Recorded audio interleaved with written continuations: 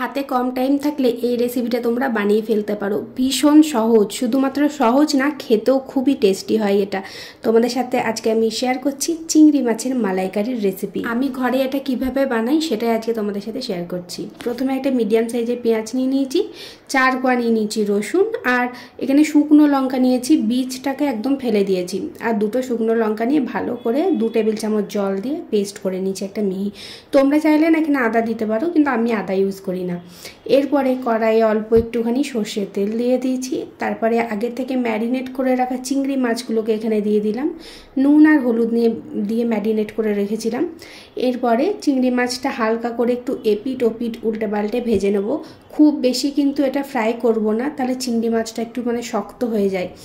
তো এদিকে দেখো চিংড়ি মাছটা ভাজা কমপ্লিট হয়ে গেছে। এবার আমি কি করব, একে একে চিংড়ি মাছগুলোকে এখানে আমি তুলে নেব। আবার ওই কড়াইতেই একটুখানি চিংড়ি মাছটা ভাজার পর কড়াই একটু লাগা লাগা মতন হয়ে থাকে না, তো ওটা একটুখানি খুন্তি দিয়ে ঘুরিয়ে নিলাম। তারপরে অল্প একটুখানি তেল দিলাম 1 টেবিল চামচ, তারপরে গোটা গরম মশলা এখানে অ্যাড করলাম, এলাচ লবঙ্গ দারচিনি।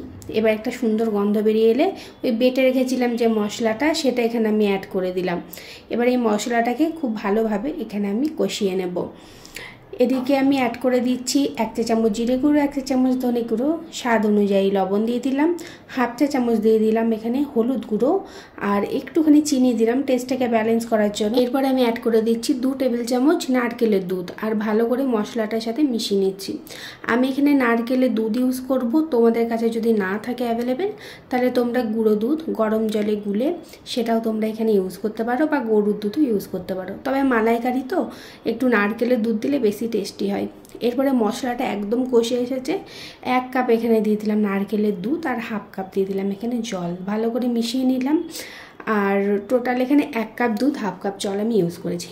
এবার ভালো করে মিশিয়ে নিয়ে যখন গ্রেভিটা হালকা ফুটে আসবে তখনই চিংড়ি মাছগুলো অ্যাড করতে হবে। আমার একটু তাড়া ছিল, আমি আগেই সব অ্যাড করে দিয়েছি। এরপরে 2টো কাঁচা লঙ্কা দিয়ে ঢাকা দিয়ে 5 থেকে 6 মিনিট এটাকে আমি ফুটিয়ে নেব।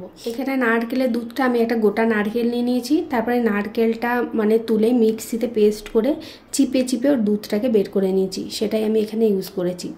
এরপরে আমি একটু গরম মশলা অ্যাড করলাম, আর ভালো করে এটাকে মিশিয়ে দেব। তারপরে ঢাকা দিয়ে 5 মিনিটের মতন আমি রেখে দিয়েছিলাম এটাকে স্ট্যান্ডিং টাইমে। 5 মিনিট পর ঢাকাটা এখানে আমি খুলে নিচ্ছি, আর তোমরা দেখেই বুঝতে পারছো এটা কতটা টেস্টি হয়েছে খেতে। ভীষণ টেস্টি হয় খেতে। এইরকম আমার মতন করে একবার ট্রাই করে দেখো, তোমাদেরও খুব ভালো লাগবে।